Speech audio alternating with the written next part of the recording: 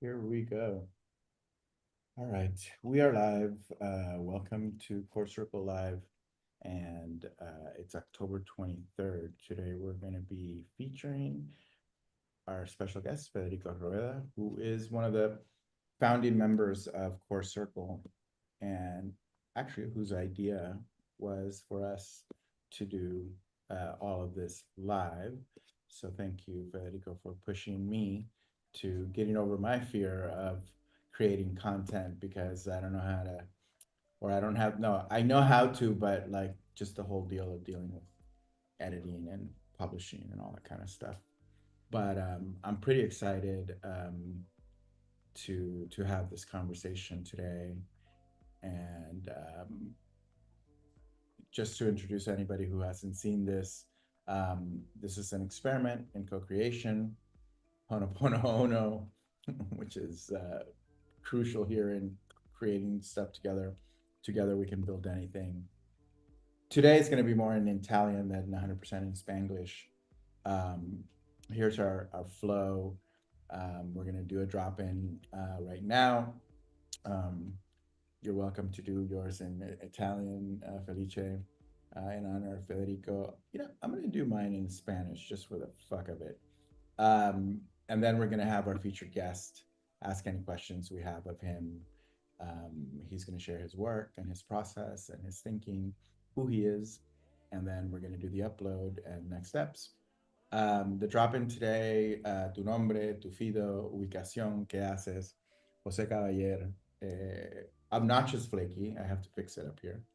Ubicación, Panama City. I am, I'm a designer, facilitator. Uh, I'm a retired pirate captain. How about that? What is your favorite dish you cook and why? Um, a mí me encanta, and I've been doing it a lot recently, asopao. And asopao is it's from soup, sopa. So asopao is like it's in souped. Like it's kind of like when you uh, intune something with soup. And the idea is it's very much a comfort food. It has um, like not yams. It's not yuca either. It's like a very specific and fairly hard, and I should remember the name. Víveres is what they call them in the Caribbean.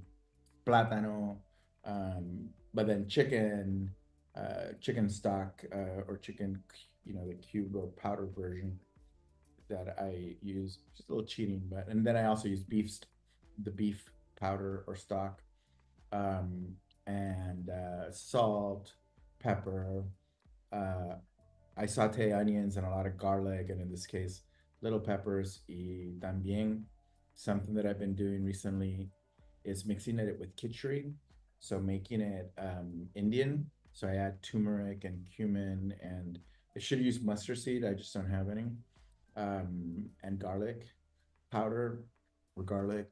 Um, and khichdi is so warm and nourishing, and the turmeric is an anti-inflammatory, so it's very healing. So it's one of my favorite things to make. And when yesterday I was on my own, so I'm making this at 10 p.m. Or at 9:30 I started, and by 9:40, by 10 I was starting to taste it and take out little tiny bowls, and I had like three little tastes, and I'm like, okay, one more, and then I ended up serving myself a whole plate so I could take a picture of it and put it on Instagram. By the time my partner got back, I was just like, I had eaten, it was like Luffy. I had eaten so much asopao, I couldn't even like, I had to go to bed. I had to lie down.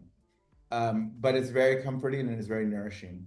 I put rice in it. That's why it's so filling. So you have all these kind of heavy things plus, rice, and it just gets gooey. And now I'm getting hungry from just talking about it.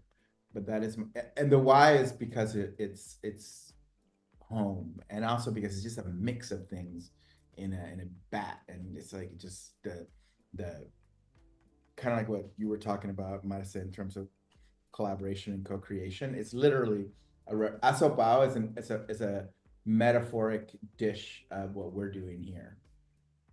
Full stop. And I am complete, and I will pick Marissa.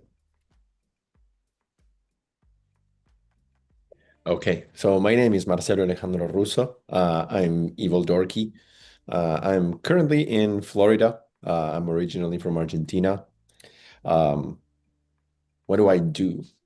Well, I run a creative agency called Friends, but that's what I do from 9 to 5. For the rest of the time, I try to uh, connect people and build these bridges between the US and Latin America, and recently be of service as much as I can for people that I care about. What is my favorite dish to cook?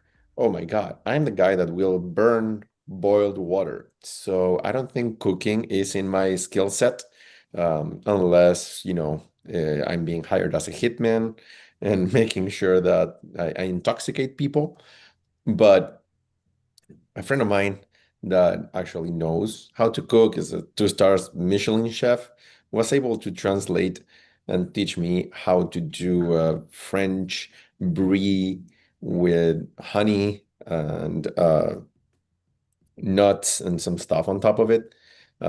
So I really found a little bit of that enjoyment that people that can cook on they get when they are feeding someone else, something that they prepared with love and care. I wish my technical engineering brain would be able to turn off when they say a pinch of salt, and I start like, how much is a pinch? It's like, is it 3 grams? Is it 10 grams? Is it like a spoonful, like to the top, like a mountain? It's like all of those things go into my head whenever I cook, and my friend managed to translate it for me. So um, I think that there's a relationship that I have with food. I am a really good at eating food, by the way. So that I like instead of cooking food, when I think about when people care about me and they care about, yeah, I will leave it at care about me, is when they cook something for me. They are putting the love, the care, the thinking, um, and it's really enjoyable, uh, when it's a homemade meal. It doesn't matter if it is really good or even really bad. I cannot cook to say, authority, be an authority on this. So I really appreciate the feeling that people put into cooking. Oh, I'm complete with that, guys. Uh, since we're here, I'm going to choose my first Italian friend of this call. Hopefully, he knows how to cook felice. So the floor is yours, my friend. Show us how it's done.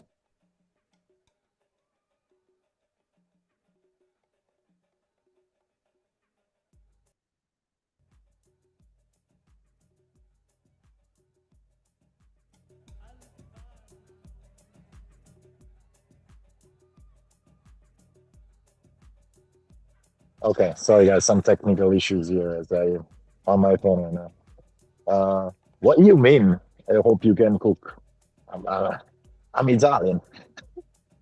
I'm Argentinian. They're gonna turn off. They're gonna break my passport if I say that too many I'm times. joking. Yeah. I'm joking. I'm joking. It's actually r relatively new passion of mine. Um, but yeah, I love cooking, and my favorite dish is this. This is going to sound like heretic. I think I told someone about this already, but this is my favorite dish. So my favorite dish as a kid was this summer dish that we make in Italy. It was uh, basically pasta with lemon, and it's just a super simple dish: pasta, butter, lemon zest, squeeze of lemon on top when it gets to the plate. But in my adult life, I started eating only once a day because I like cooking, but it takes time, and I don't want to spend my life in the kitchen cooking, eating, and washing dishes. So my routine is cooking once a day. But when you cook once a day, then you have to make sure that all the nutrients that you need for that day, you kind of hit them all. And one plate of pasta with lemon didn't cut it. So I started experimenting, and I ended up on this recipe, which is the pasta with lemon, as I just described, tahini, and soy sauce mix.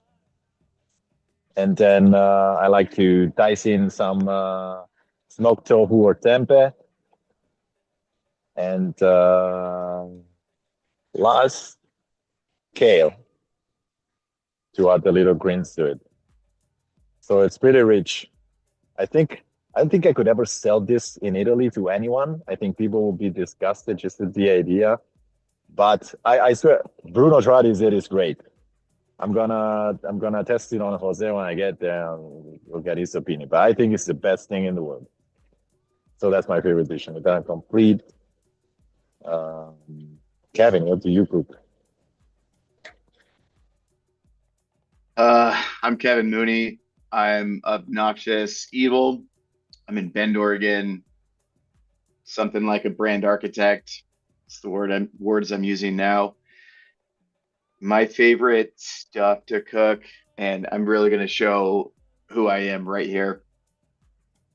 I like to cook meat over fire, and that is it. Like put it on a skewer, put it over some fire. Put it in a smoker and let it smoke for 10 or 12 hours. That's my shit right there.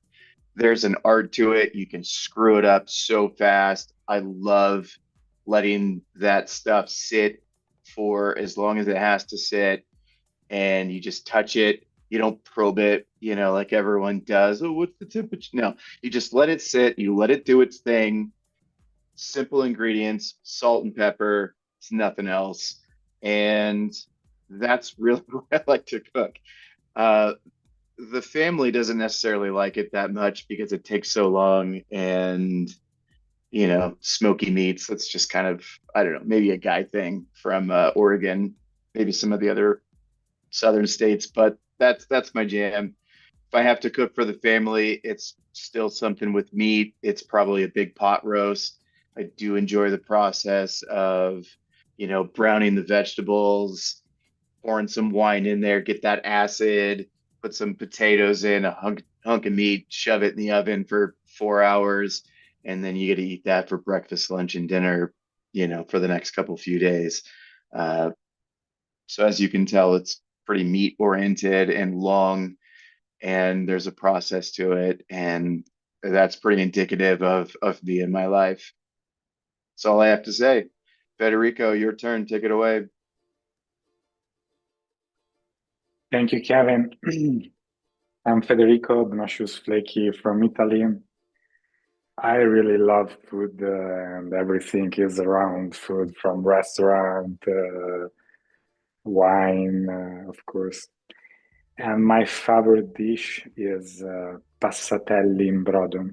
Is passatelli a kind of regional pasta that is handmade with breadcrumbs, Parmesan cheese, and pushed with an instrument made of iron that create these small noodles that you put on broth, and it's kind of meat broth that you have to start early, usually in the Sunday morning when you have more time. And so it's something that bring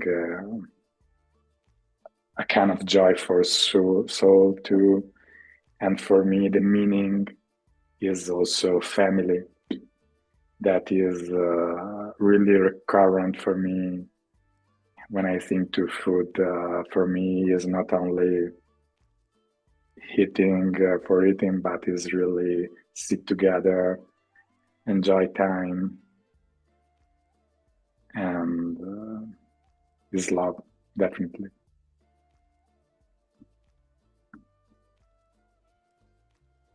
And complete. Thank you, Federico. We'll do a short invocation. I have like 9 minutes on here. Let's change that to like 3. Marce, you've been doing the invocation. Maybe we'll have Kevin do it next week. But you did a great one in the drop-in, before the drop-in. You can do a short version of that if you'd like. I'll do my best. I was trying to remember, because one of the things that really came up in this last couple of months, the last couple of weeks, has been being vulnerable and surrendering, and I think that we typically associate like vulnerability with weakness and surrendering with not trying and letting things.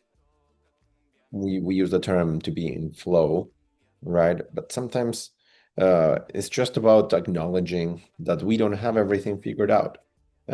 It's been, for some of us, like many years in business already, and from big clients to smaller clients to easy clients to hard clients. We falsely believe that we are done with the trials and tribulations that maybe plagued our beginnings, our early stages. But surrendering for me doesn't mean to stop trying. It actually means to keep trying without the expectation of that specific result. We tend to put our pressure into into getting to our North Star, into getting into the general people's expectations, not only for us, but the societal expectations for us. And as some other people always say, it's about showing up. But showing up is not just, turning on the camera. It's not just like doing that social media post because you need to do it every day, or, some guru told you something along those lines. I think that today what I would classify as showing up is to try to is avoiding trying to connect the dots before we lay them down. And this showed up earlier today in my day, where I said, or one of my co-creators said, basically, it's like it's incredible, of course, every time you get an opportunity to pause and look back and truly connect the dots. And during the exercise that we were doing, we not only saw that, but we also were able to create a very different and powerful narrative to those connections that, as usual, if we would have tried to put those dots to create that narrative beforehand, we would have absolutely failed. We need to surrender and be vulnerable whenever we are taking those steps. Vulnerability yields humbleness. Humbleness yields authenticity. And if you show up with all of those characteristics, you put the dot, that dot will connect. Maybe not today, maybe not tomorrow, but it will connect. Beautiful. Thank you. That's an amazing way to start. And, not a lot by the way of introduction for you, Federico. I'll let you start, and but I'll start with this question. Can you share with us a bit, not just who you are with the labels, right? Designer, dad, etc. But beyond that, beyond like the labels, which is probably a very, that's a hard question to start with. Who are you? Just start with that and sharing with us some of the work in your process. Thank you, guys. There you go. Yeah, who I am. I am the kid that was really curious about taking things apart. And after that kid, I was a father. I have had my first daughter when I was 21. And at that time also, I was started my business, my small agency, Smarty, here in Italy. And be a father, so you need to provide food for your kids. You can surrender. You have to fight for every day. And for me also, maybe it was a little bit difficult because obnoxious flaky, need to follow my sacral and do what I need to do in my way.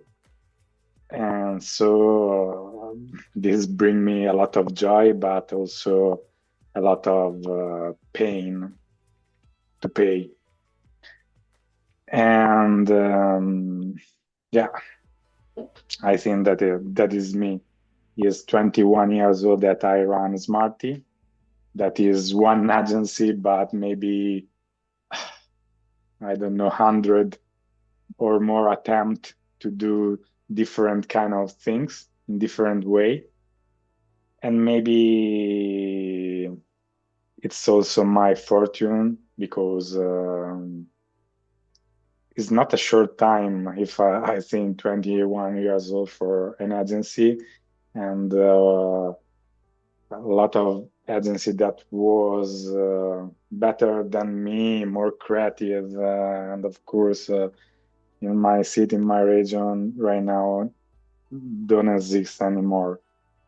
So I think this ability to follow my flow, to need to change a lot during the time, also become for me a fortune, and also the fortune to be a father.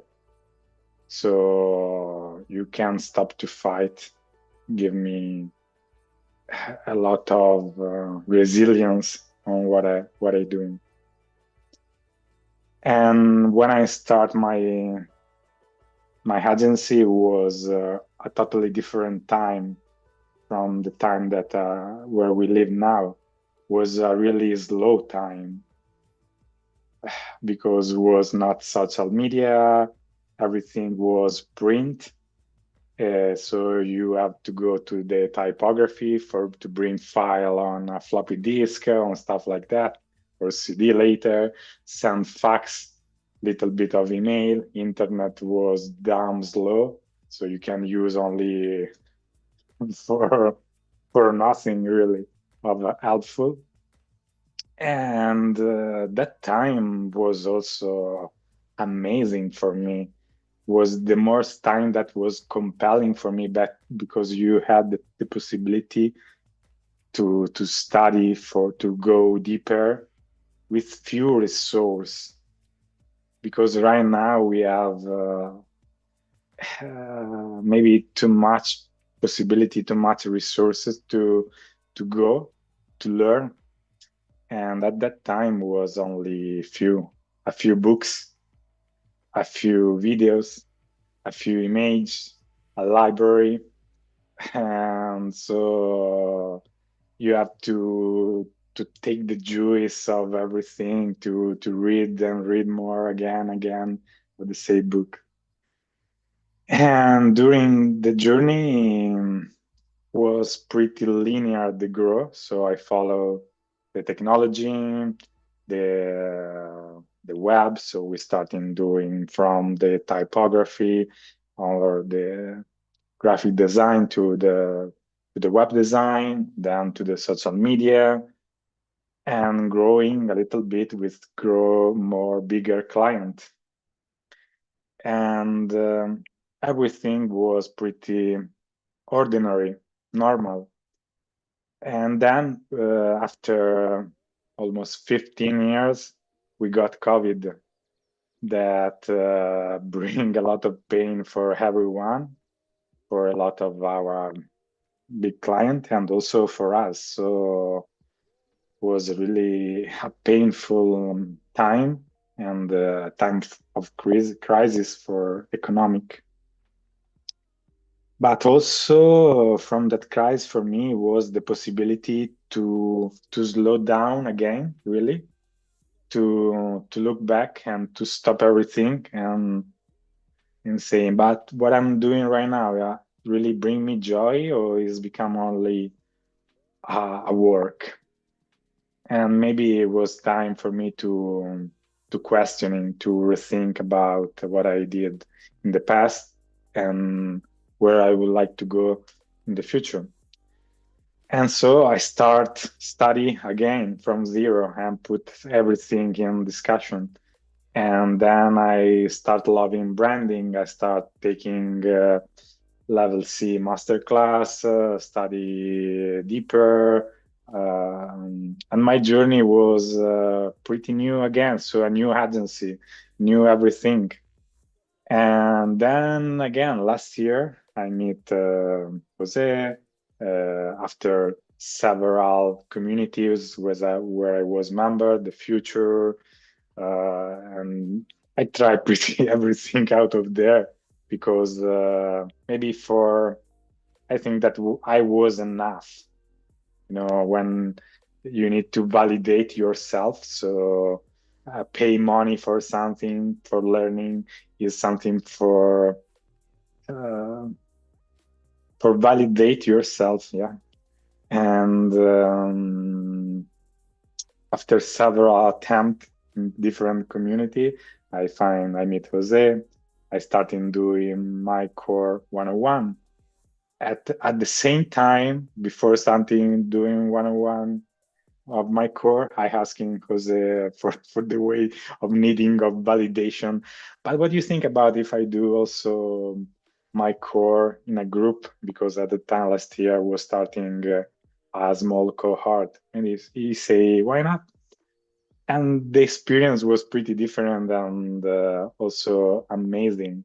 But because when you have the ability to go deeper with one person and with yourself, it's totally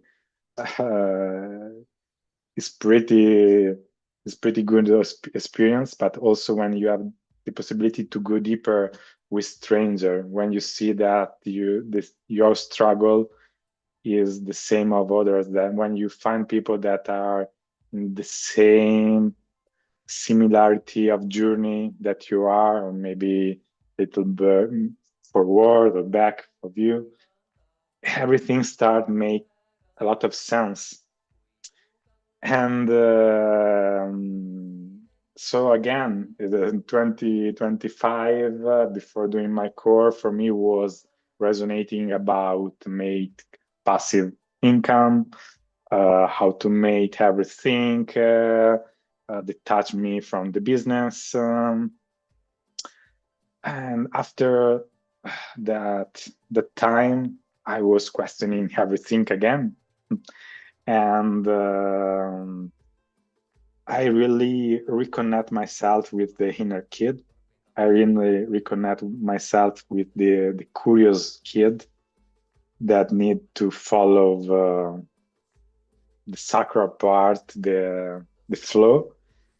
And what I really enjoy, so the deepness, the slow time. And so I start redesign my business in velocity, different kind of velocity, where one is more slow, more deeper, for bigger project, for the brand kind of project, even if I don't like anymore the word brand or brand strategist, because I would like more to go in the meaning of what we can deliver on the transformation, or better than the transformation for me is something like the metamorphosis, how to help people to have a metamorphosis, so to take out what already is there, not to bring something of new.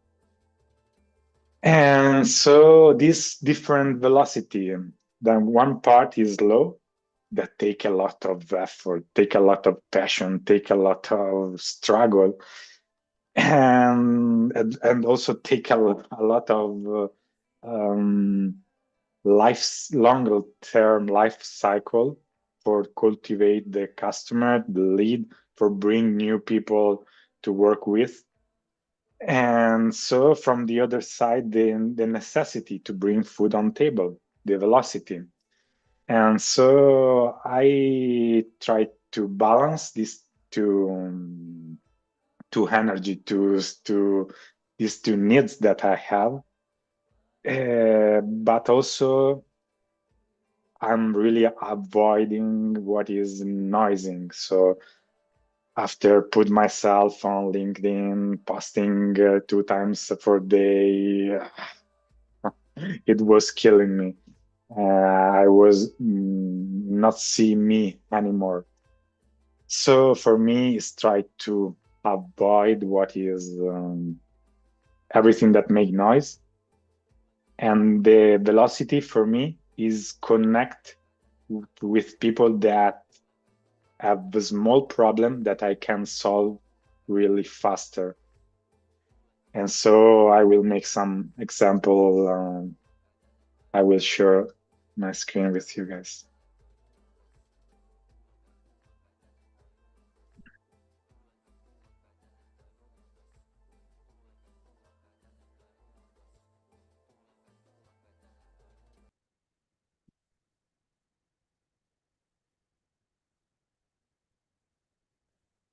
Okay. Can you see my screen? Okay, so Kevin was he was thinking to shut down the website. For me, it's pretty the same, but in a way that was resonate with me. Right now, I have this website that is hold commercial, work pretty well on SEO on local business. So the phone ring with this kind of website, but the kind of customer that come from this doesn't resonate with me, because even if they have money, they are not full aligned with the kind of deepness that I would like to reach with them. So I'm redoing this in something that is more compelling to me. So this is for me is the slow part of my business, of myself too, and is something that is meaning slow down for accelerate. And over here right now is Italian. I would love to to create in English too.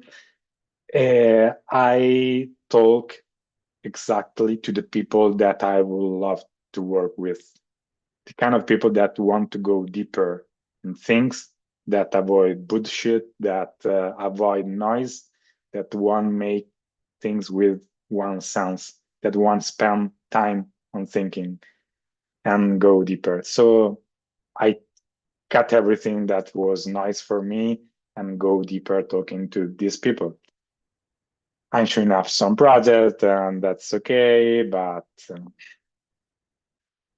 everything, every word, I'm really focused to try to talk to these people for a kind of slow future that I imagine with them. And the kind of people that I would like to help is different, is more different kind of business. I'm really focused on food, tech is my passion, is also the kind of customer that I attract. But I not believe too much in niching something, because I think that the taste and the cross-pollination is really important to preserve. So moving from technology to food can be something valuable for both. And with this, the process of essence for go deeper, for find the sign, the signal, then the co-creation, that for me is really important. So these have this honest conversation with my customer, with my co-creator, is the foundation for everything from day zero. And also create a budget with them, starting everything with co-creation for me. And then the evolution, but someone call it activation. I would like to more call evolution, because I don't like the word activation, because I don't want as a user become activated from someone else. I want to be a part of something. I want to be a part of this community, of a tribe, of a product. So an evolution is something that starts small and become bigger with people, not try to manipulate something or someone else. So this is my kind of aspirational business or aspirational journey that require time for converting. So I have three people, three small business in this journey right now that are enough, and but not enough for survive, for bring a lot of food on table. So from the other side, I choose the velocity, but the velocity that was compelling to me. So how help small businesses that are around me with small problems that I can solve really faster, that where I can deliver to them a transformation, where I have the ability to talk with them more in presence, maybe without any call. So I started to focusing on business that was on my area again, when that was the same when I started 21 years ago. This kind of business have this kind of website, so pretty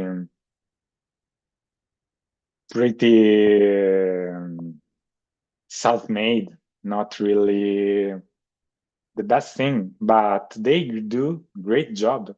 So I would like to help small businesses that do great job to have a transition, to bring help to them, because they don't know really nothing.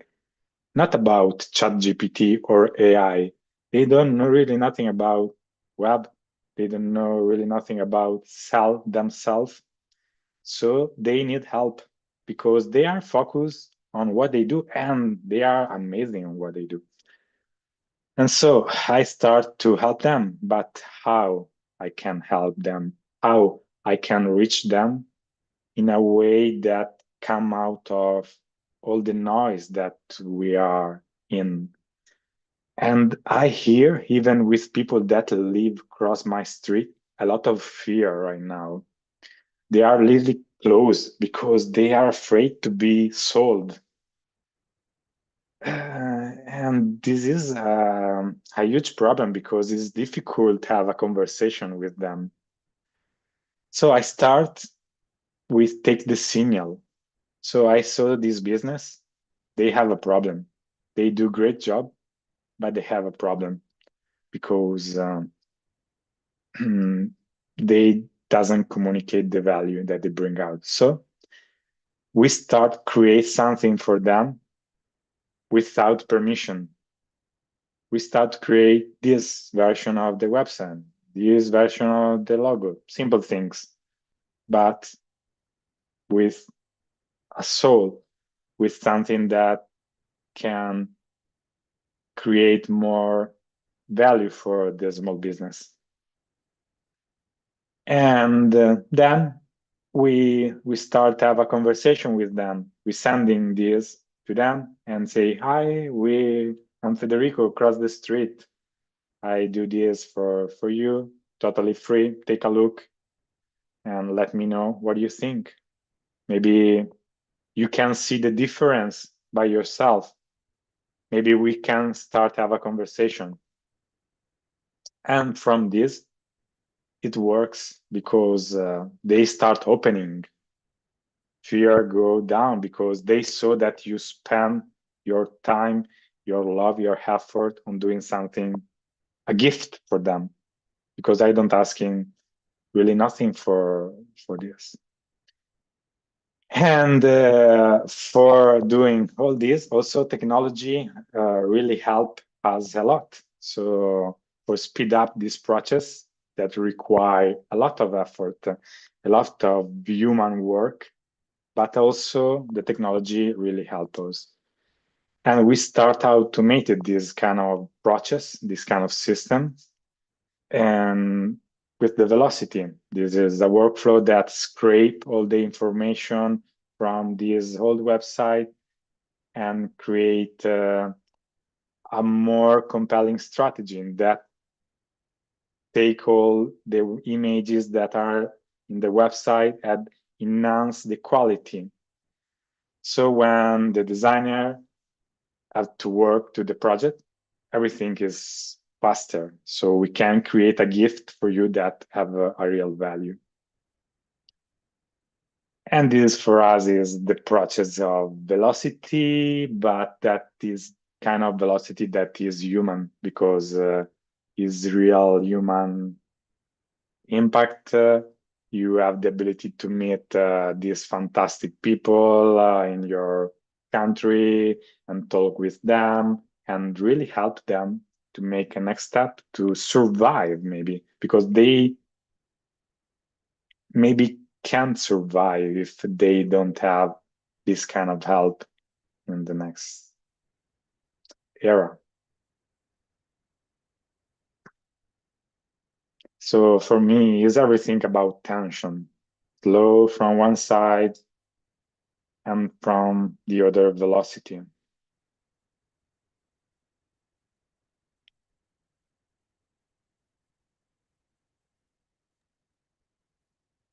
It's really beautiful.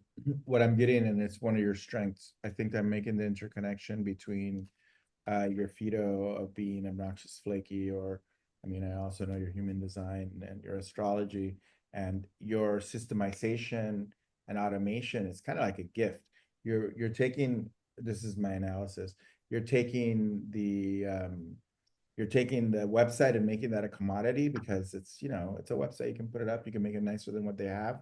But really what you're selling them is like, hey, you're selling them the system that they need to create their business. It's really business systems instead of, you know, just like, hey, here's a website, here's a brand. And it's focusing on your strength. So that's actually an interesting approach that you're taking. Thank you.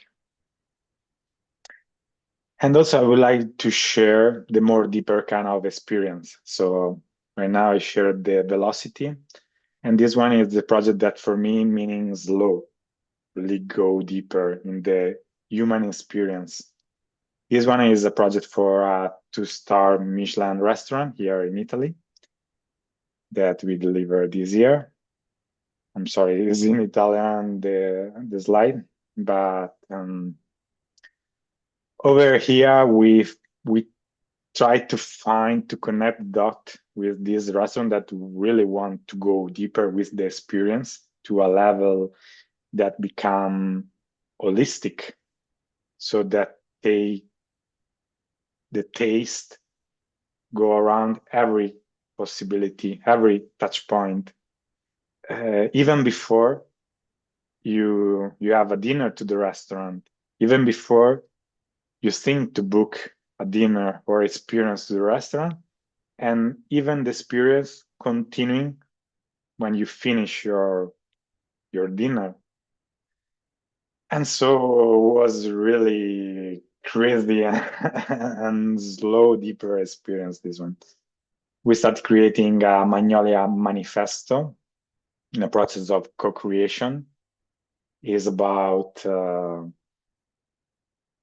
put all the actor, people that work in the restaurant, the sommelier, the chef, the executive, the waiters, all around the same kind of direction, the same kind of possibility, the same kind of future that they can embrace for the journey of this of the future of food.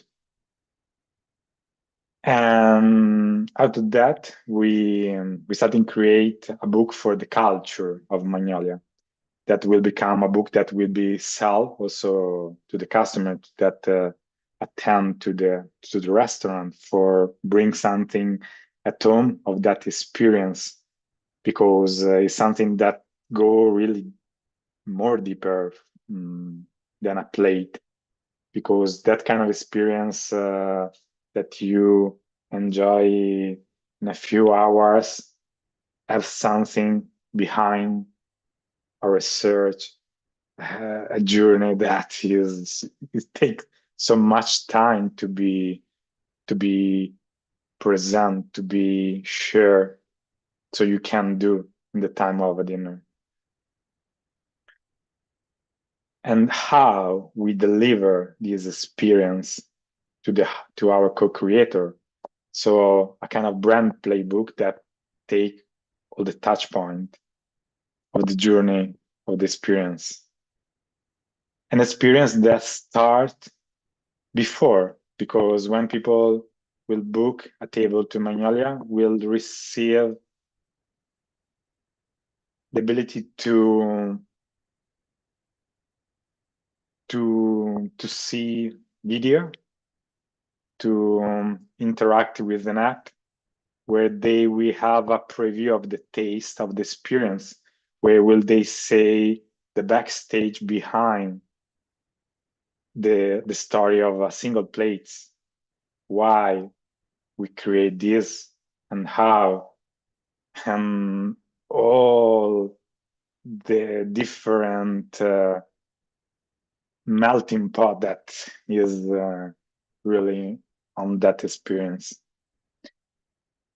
And at the end is really an holistic experience, because we take something from the ambient, from the service, how we smell, how we sound, how we go, we welcoming people, what we want to live, because it's really about create memories, not only experience.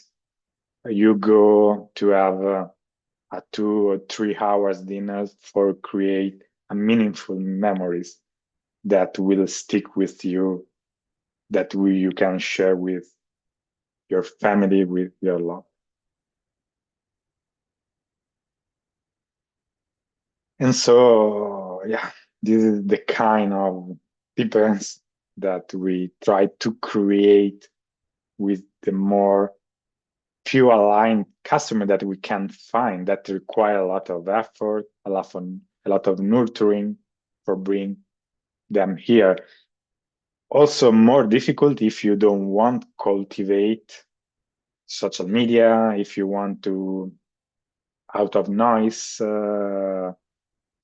because attention is difficult to achieve today.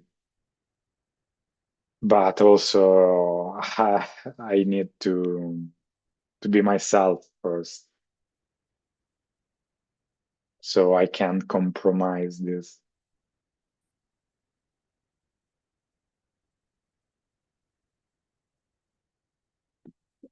I'm complete. Thank you, Federico. It's beautiful. Marce, you want to start off with, well, let's digest. I'll let everybody get ready for questions. I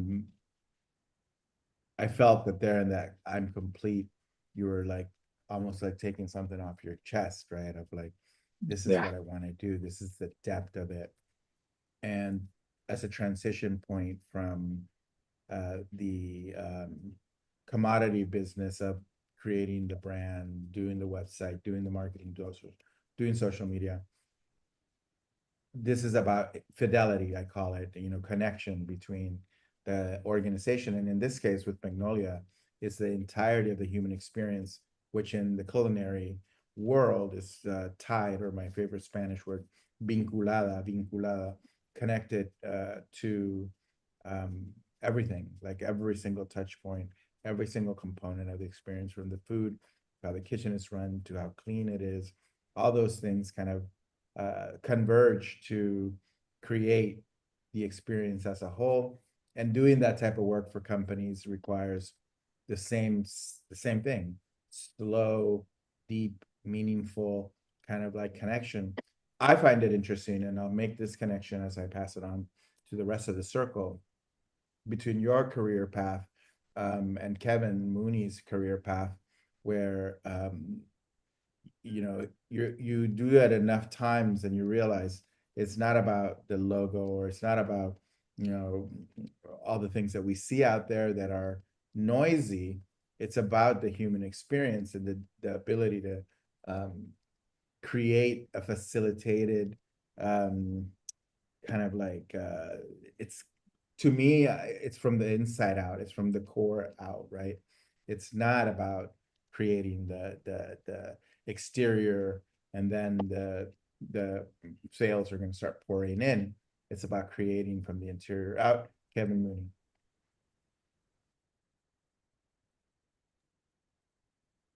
I want to echo some of that, and this piece about Magnolia and the way that you described it is, I mean, it's beautiful. I love it. I really love that video experience that you were talking about and how that can tie in. I think that's fantastic. It reminds me of what Lorraine had talked about in our last meeting, where she had created these books and put a physical piece of inspiration for the art in it. I thought that was really unique. So I think the video thing is very unique in this thing. My question's a little bit foggy, but it's like, if this is what you want to do, then why is creating a website for somebody, showing it to them and asking them if they want to buy it, why is that the entry point to get this level of work? Because it is just a thing. And some people might say, yeah, sure, I'll buy that thing. In my experience, when I've done similar tactics, they're like, cool, thanks. They bought it and then they don't come back, or they come back and then they are the leader of the engagement. And to get this level of work at Magnolia, you kind of have to be positioned as that leader. You have to be seen as the leader. You have to be known as that leader. So the question is in there somewhere, but how do you, in your mind, in your opinion, how do you get to more work like Magnolia? Yeah, for me, I don't want to push too much the velocity for have more work as Magnolia, because I think that attract this kind of client require times and requires connect the right dots, and they have to see something. They maybe someone seeing Magnolia project will come, but for become really the authority today for me, as I saw out of there, and maybe sometimes is silence is more than talking, than make noise out of there. And I saw this kind of thing on my, really on myself, when a few years ago, when I was on LinkedIn, and I really was push myself hard on LinkedIn and try to post a few times a day, making cold outreach, networking, and everything that someone say that you have to do. But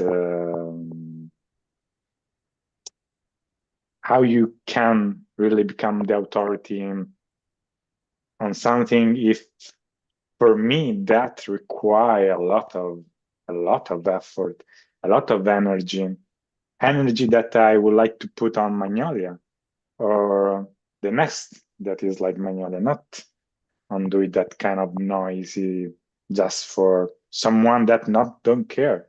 So that kind of energy, I think that I start to resonate that I would like to put that some kind of energy for help micro businesses that they really need my energy, and also I need a little bit their money, because I can help them really faster to have a small transformation, and maybe I can start pollinate them, because I will be honest 100% with them, because I don't have nothing to lose with them. But when someone has Magnolia come to me that say my noisy on LinkedIn, and I really need that work, I can be really totally knowing myself. I can be really total honest with him, because I need that work too much, and I don't want to be in that position.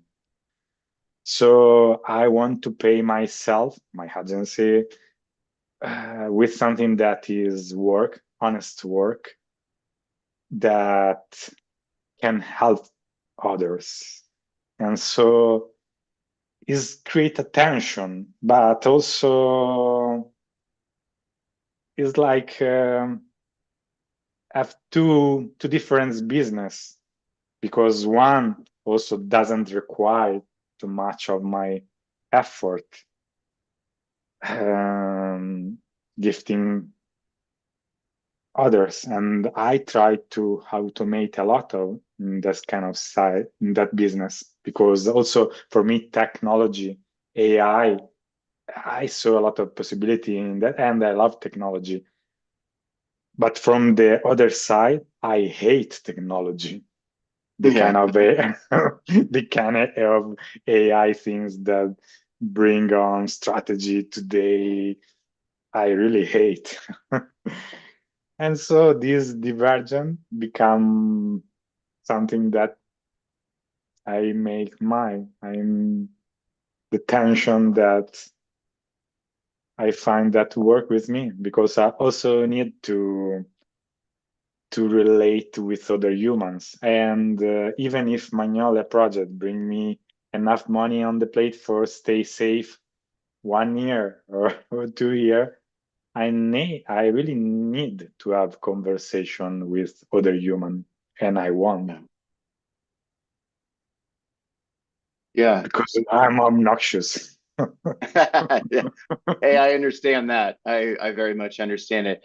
I want to just talk a little bit more if I can, because I'm obnoxiously evil. While I couldn't read every word on that website, um, I was comparing it to, let's say, Can you bring it V1 back that we up, Federico, while he's talking about it? Bring up the website, the new website. Yeah, I saw like the V1 version or the prototype in the community, and had left a comment on it, but I didn't have the context of what you've just presented. And what you've just presented between all of these things, where you came from, what your current commercial website looks like, to what you want it to be, to the customers that you kind of would like to serve, and then the deep engagements that you like to have. This website to me might speak over some of their heads. You had mentioned for that other client that, they just don't have the ability to showcase the work that they do, which is really fantastic. They don't have the ability to do that. So when we build these websites and we're thinking about the people that we're speaking to, are we speaking over their head with, terms like velocity and things like that? Do they understand what that really means? Do they understand how this is helping their business? And I'm asking this sort of rhetorically because I'm in that same process for myself. I get a lot of joy when somebody comes to me and needs a website and they have let's say, a $3,000 budget. And I go through brand strategy with them. I might even include a logo and type and colors, and I build out their website and I bring in these values that they told me. And, I put the whole package together for $3,000. That is bananas, but it gives me some of the most satisfaction I've ever had in any of the jobs. So I understand why you do that. Why wouldn't our websites match that if that's the person that we're trying to get to? And I'm just asking that question out loud. Is this too pretty and too above some of those folks for them to understand? Do we need to tell them what our process is, or do we just need to tell them that we're in the transformation or the metamorphosis business, and that's what we do for you? And maybe you can show a couple of pretty things. In my experience, when you start showing the pretty things, and maybe this is just my style, but when you show pretty things, people start to treat you a little bit differently when they interact with you during the engagements. Whatever strategy you're going through, they're just like, yeah. Here's some words for your attributes. I just want the damn logo. I just want the damn website. Just give me the thing. So this is a whole long way of trying to connect your background to where you're going to your target audience, and how do you split the difference between Magnolia and this other person? Whew, sorry. Yeah, for me, the new version of Smarty websites is only intended for the kind of customer like Magnolia, the kind that want go deeper, that will know my agency not on social media, but maybe because they saw Magnolia, but they saw another project, they talk with one of my customers, so they will arrive here that already know that I have something for them. And here I will speak really honest to them. And from the other side of my business, the velocity, the small business that need a small website for 3K, they don't need this and they don't need this because they don't want see nothing about this, but they would like to say maybe another website that we did for someone that was similar to him. But when I show them, this is your whole website, this is what we did for you, just taking the signal for free, they start hearing a little bit more what you say. And so it's more easier to have a conversation. I'm not afraid if they say, fuck you, I don't want to have a conversation with you. I want to keep my whole side. No problem. Because if you don't want the help, I can't help you. But if you can start seeing a conversation, there is a possibility. And also when I share this is an important thing for me. When I share this kind of new version, we send to them a Loom video where we talk really honest to them. And that make a lot of difference because they can hear you. They saw that you care about what they do and why you would like to help them. I love that. I think that's great. Have you ever, this is my last question, I promise, guys. Have you ever considered putting up two separate websites, one geared towards maybe the higher end clientele, and then another one that does this for folks, and you just speak to those audience directly? I've considered it. I'm curious if you have. Yeah, I consider it too, but I don't have the time for this stuff, and also this business Yeah, I get that. go really well without any website. So, but I would like to scale this to a next phase, maybe when the automation will become more faster. So the velocity require the human effort that make the gap really valuable. Yeah. Yeah, I love that. I've always thought about it like you have this website that brings in these smaller clients where you do these types of jobs, and it just feeds the other agency, right? Mhm. Where it's not dependent on brand new leads discovering you, trusting you, and liking you. So, anyways, I've taken up enough time. Thank you so much for sharing. This is fantastic. I love what you're doing. Thank you, Ken. Marisa, I don't know if you have anything, but I want to share a bit about the business model. There's an agency or there's an entrepreneur here in Panama City, fellow Taurus, who is doing something interestingly similar where it's they're in the production business. So they have the production agency or the production shop, whichever you want to call it, and has its own identity. And then because social media and events are such a different type of business in terms of budgets and in terms of speed. He has another logo type, you know, they're basically monikers for some of the same teams. The difference is that the producers are very different, right? So for the social media and event business, Diego, which has a super spiffy name, etc. He has a younger producer partner for it who knows, you know, that business, especially the event part. And then for the production business, which is higher budgets, deeper, like, you know, work that's more involved for commercials, stuff like that. Then he has a separate producer or a separate kind of process and team. Some of the core team is the same, of course, him in the background. But what I found interesting is that neither have websites. It's all word of mouth and it's all social media. So they'll post the work in their social media and the components, and then the word spreads.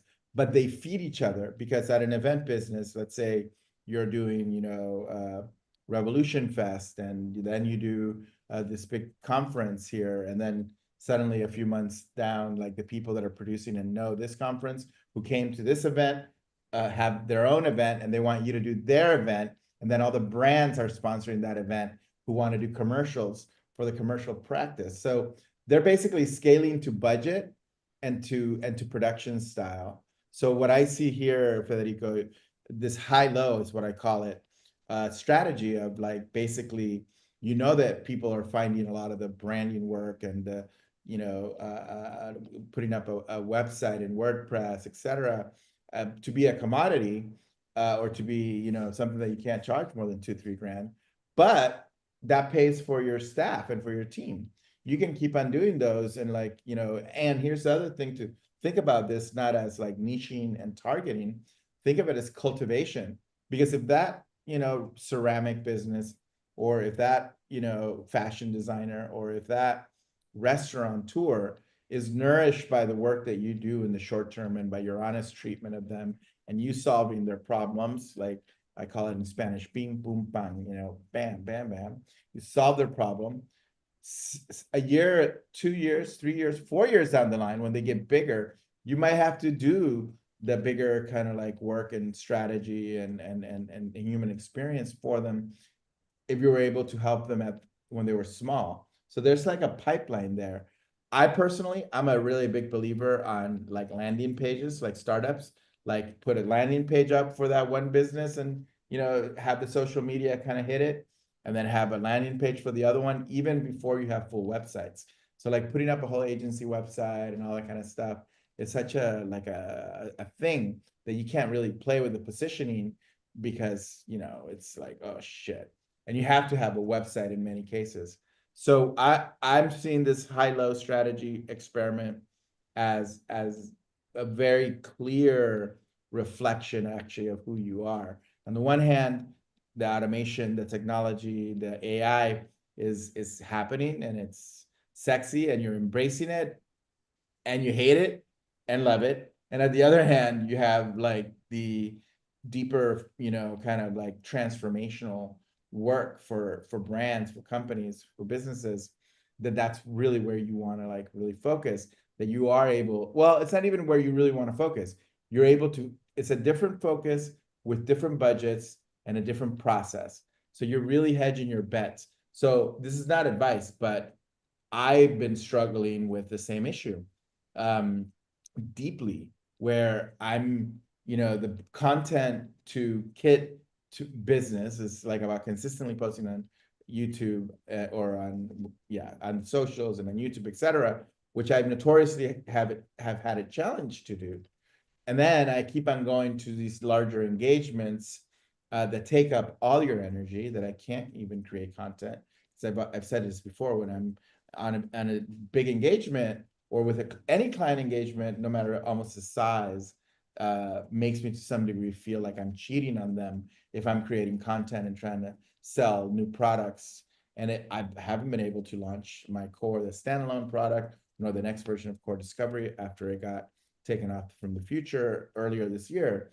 And it's been like tearing me apart. Like that high-low has been tearing me apart. The community has kind of held it, has me committing and continuing to do this with the community has held that together because I'm seeing the same struggles and understanding it from the inside out. Working with Marce has given me a lot of visibility into what's possible when you're inside an organization or an agency. But here's the reality. Here we are, right? All of us. And we're working to kind of like figure this out. And we're watching each other by witnessing in these now core circle lives what every person is doing. I mean, last week, the designer is actually making her living from investing. Like her job now is like a hobby, basically, because she's every time the biggest conversation there is like, I don't know, do I leave my job? And I just got promoted. I'm very valuable to them, but there's no fear of the financial because that's managed. I'm like, damn, that's a path. The week before was Mauro, who's, he's a whole different animal, how he works.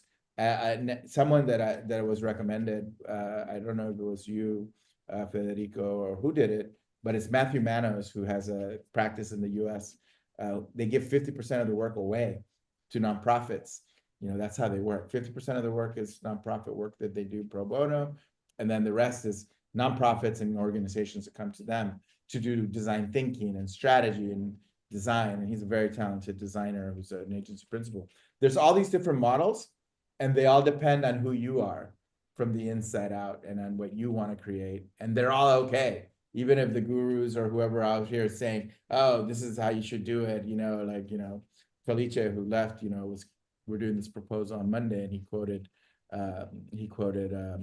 said, oh, this is what I read with, Win Without Pitching guy, what's his name? Which totally I respect it too. And Blair Enns. Blair Enns, right? But at the end, I'm like, fuck Blair Enns. I have a way I really do it that is from me, that I know how to do, and I know the magic of how to land it. And Felice was a little bit like taken aback by my fuck Blair Enns comment. It's like, but I know what I like and how I like to do it, and if you can land it, hey, if you can do it your style, your kung fu is your kung fu, and you can sell and you can build a business around it, think about it. I mean, at the end of the day, that's what makes companies and businesses, let's say startups, that are. Airbnb was the most ridiculously dumb idea ever. Who's going to give a stranger their couch or their room even, They took them 6 years or something crazy to get an investor to pay attention to them because that business idea is dumbass, right? But look at them now, right? So there is the to me, what witnessing and seeing Federico kind of experiment with these things as an obnoxious flaky, which by the way, again, I have to change mine and I want to redesign these, but whatever. Obnoxious flaky, it's very challenging to like, when you go in one direction, you're going from the sacral. Yes, you have to do that. If you don't do that, you will not be happy. So this idea of taking somebody else's model or listening to something other than your own sacral is such a bad idea. I've done it over and over again over these last 9 years. And I'll tell you what, I am fucking tired. I am tired of doing that. I am tired of not listening to my gut and doing it the way I want to do it and doubting myself for being like, crazy. On your podcast, I said on your podcast, Kevin, I'm like concerned about people perceiving me as, a madman. I'm like, you know what?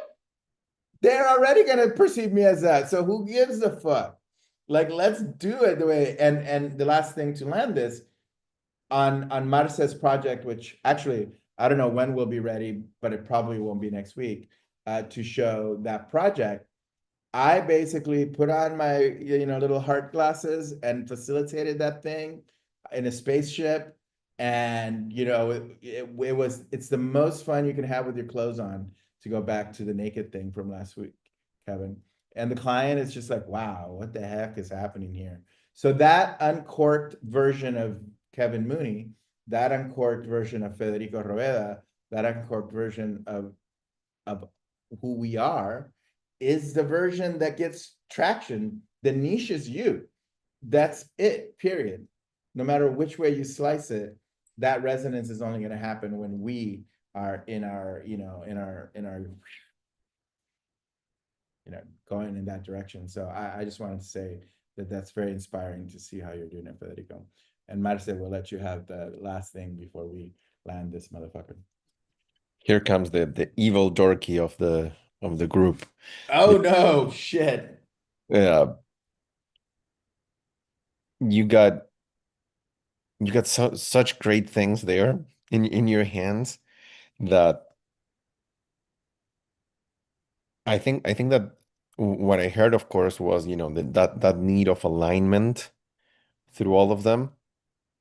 Because in the end, it's like we're breadwinners, right? And it's like I feel like um, it's easy to listen to everybody else, like from gurus to friends to other agency owners to tell you is like this is a particular way to do it, and taking a quote from Blair Ann's commentary from before.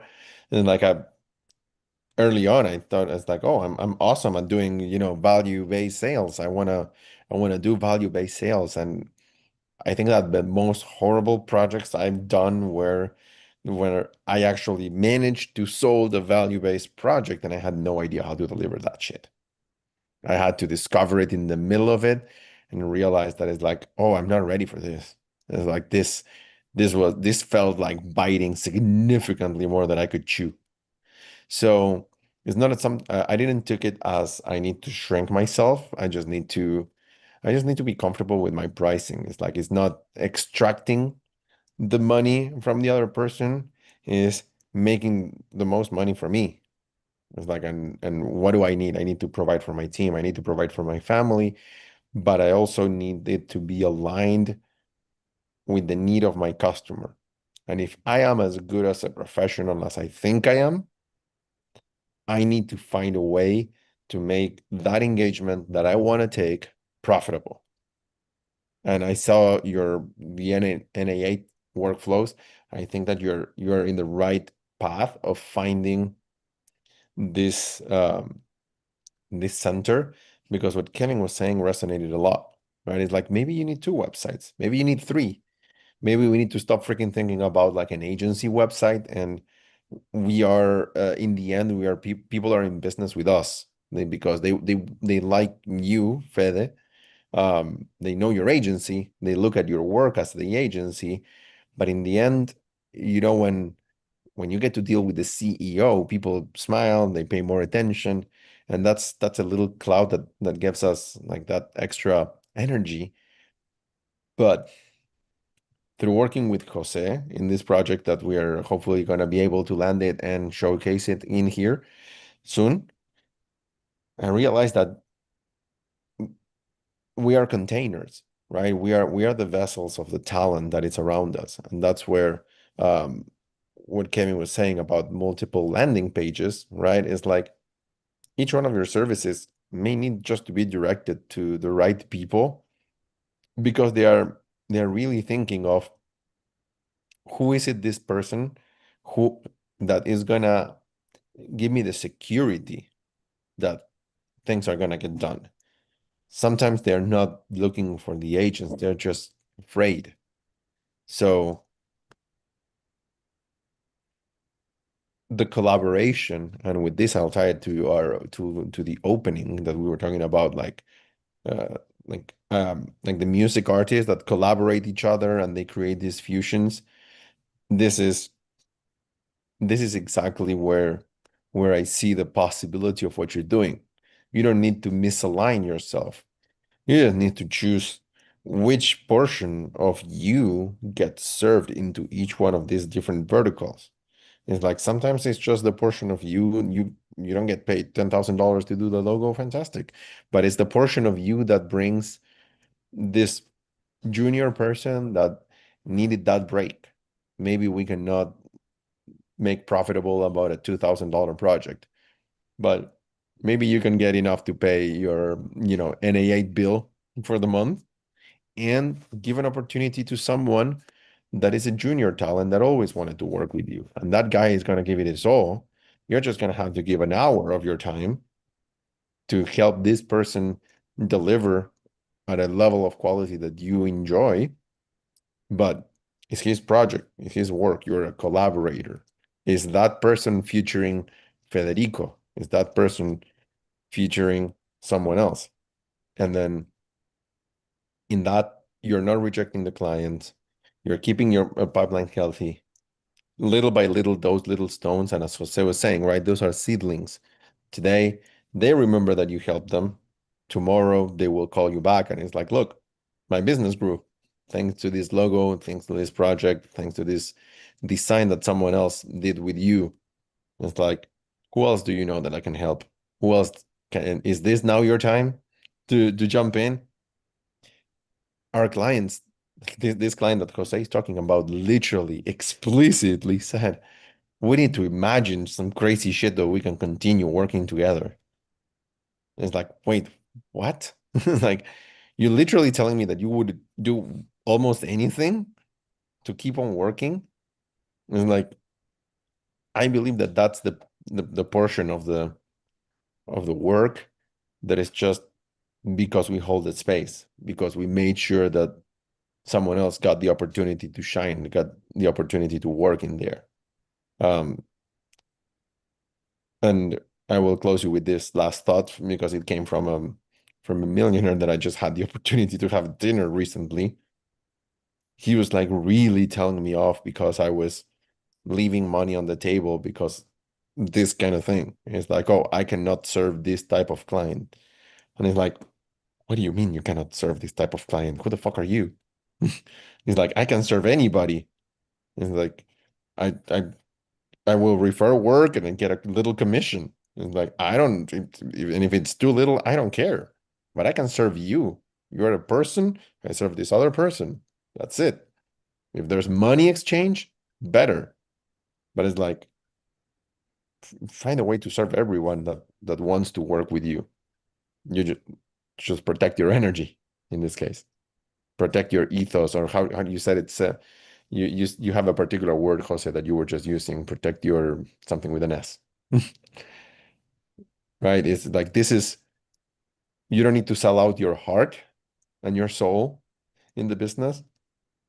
But if you like this other person, something is gonna happen. You just don't need to put a lot of yourself on the line enough for you to not eat or not prioritize. You just need to make sure that you delegate it or send it to someone that is gonna be so appreciative of that opportunity that for you is little, for them is huge.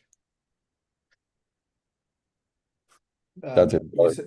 You said something there before we do our official upload, because we're all uploading in the questions. Next week, I had in mind, I already prepped, we already did a call and a conversation, which I need to take the recording and create and extract what the conversation was. But I asked him the question, this is a former client of mine, and we've collaborated recently on some things. He's been an advisor to the Systm for some time now. I asked him the question, it's like, what does it take to sell and service, above clients above $100,000 budgets? And we used to work together at Razorfish. And we had a very real and deep conversation about that. And you just mentioning something around that, Marce, like that approach, what the client is saying is really the bottom line. Is like, we think we're selling a website, a logo, or brand strategy. My annoyance, and the reason why I love Federico's no label thing, is that because of the selling of it and the social media algorithming of it, like brand strategy and this and that, became such a thing that it became brittle. It became like just disposable, because really what at the end you're selling is business success. That's it, but in a connected way. And then along the way, there's going to be a website, an identity, and a customer experience, all these different terms. And of course, we do have to parse all the labels, but the reality is the relationship and being a transformational coach and creating that container is where we're at as masters, where we are here, the people gathered here, the people in the core circle are. And that's the challenge that we all have, is to come out as such. But I was just confirming, Is that a topic that it's a nice segue for next week? He's lined up already. He's warmed up. I have to confirm. But that, Federico, how would that be? And of course, we can veer off into some other topics like technology, et cetera. But the real sweet spot is client management and it, because I don't know how to say this. We talked about it in this conversation we had recently last week. We missed the point in selling when we're selling, let's call it change management, digital consulting. We missed the point, and to be able to do it at a very like, you know, I what the frustration for me is, I look at Federico's Smarty website, the new website, anybody's, you know, we can do work and put up facades that somebody can sell $1 million project with. But it's not about you can do it without the website, and you can do it without any of it. It's really the individual stepping into that role beyond anything else and building those relationships, right? So anyway, I'll shut up, and I'm gonna guess that you guys are okay with that for next week. Yeah, totally. The upload will be simple for me, and it's one that I've used over and over again. You know, Core Circle just, it refills me, resoils me for the week. It just gives me new fuel, new energy, new excitement. Just coming together and gathering. What can I take away? I've said it more. I said all of it already. But I do take away how talented we are as a collective, how powerful we are as a collective, and that in our differences and the healing of the judgments that we have of each other. Because Marce, my biggest fear in working with you, and you were the first my core coaching client, and I told it to you, it was part of our first conversation. It's in the doc. My biggest fear was that I was going to fail you, that I was going to disappoint you. Same thing for Federico, even though we're both obnoxious, flaky. My biggest fear there is that we're just going to chat forever and not get anything done, or not build anything. But now we have you here, Marce, being evil dorky. But at the end of the day, beyond the fear, it's the truth, which is, once we get over ourselves, and once we get over, our ego, and once we understand that we're just here in service of each other, that we can actually really work together and literally build anything, if we put our minds to it. So I'm very grateful for today's circle, and I leave very excited. And I'll pick you, Marce, and let Federico be the last one. I have to agree. I think that I opened this session today talking about the vulnerability, and one of the things that I was afraid, of course, with working with another flaky obnoxious in my life, was exactly the same thing that you were afraid when you were talking about Feder, right? It's like it being a consistent conversation with no end and with no point. It's just for the fun of the conversation. And I'm being the evil dorky that I am. I don't mind having a 7-hour conversation, as long as I know that at the end we got something out of it. And seeing everything evolve and seeing everything happen in real time made me change the way even I see the core circle, these sessions. I come to realize that this is also my own responsibility to take away things, to be present, to be listening, to be integrating the knowledge that I hear and the stories that I hear, because we don't live in a classroom, you know? And I think that whenever I personally heard, I learned so much from this other person and this and that, it's like I always thought that there was a moment when this guy would sit down and say, it's like, look, you need to do A, B, C, D, and E in order to achieve these goals. And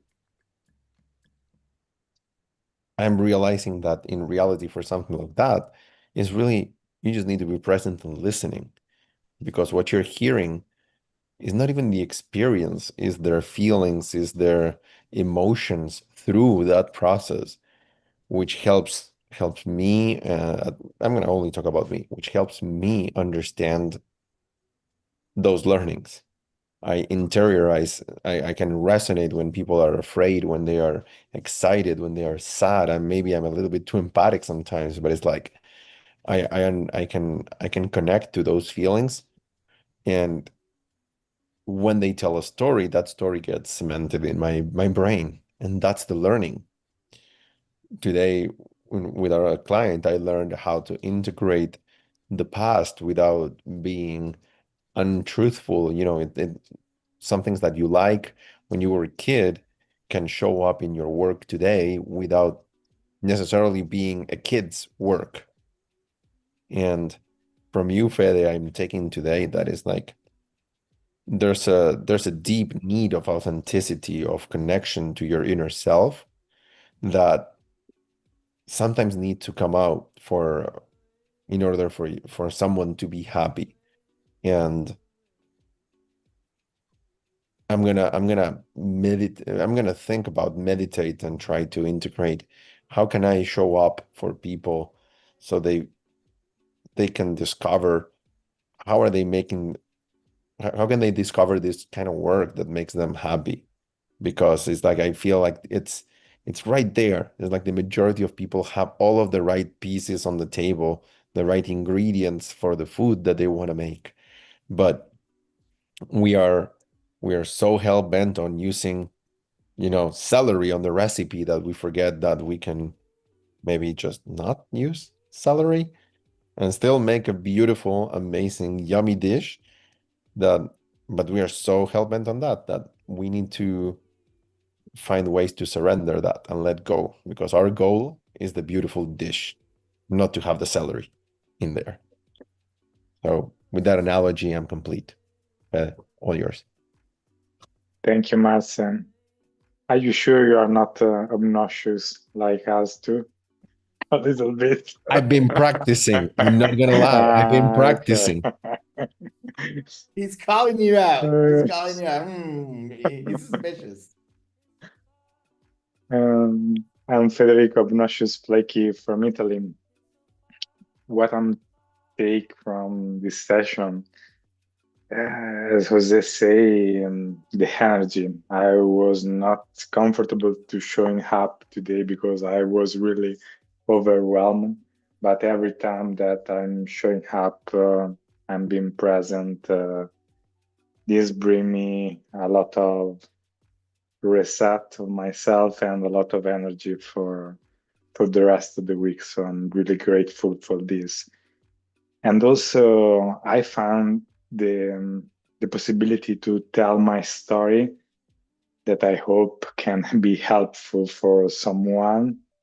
But I found this really helpful for myself too, because it's something like similar when you write that set you in the present, in the past, but also this determine your future, because we not listen too much to our voice, how it's going out when we go deep and when we have the ability to tell our story. We are designing when we are telling our story, the vision, the direction that we want to go. And also when we share this, this become a little bit more real. This become more concrete, because now it's not anymore only my story. It start become a co-creation, really. So thank you for listening.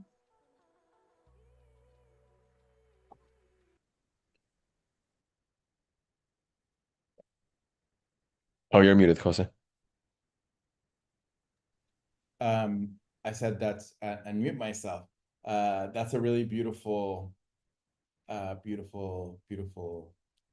closing and a reminder. So with that, we conclude our third core circle. We're complete. We are the collective. We are the system. It's beautiful.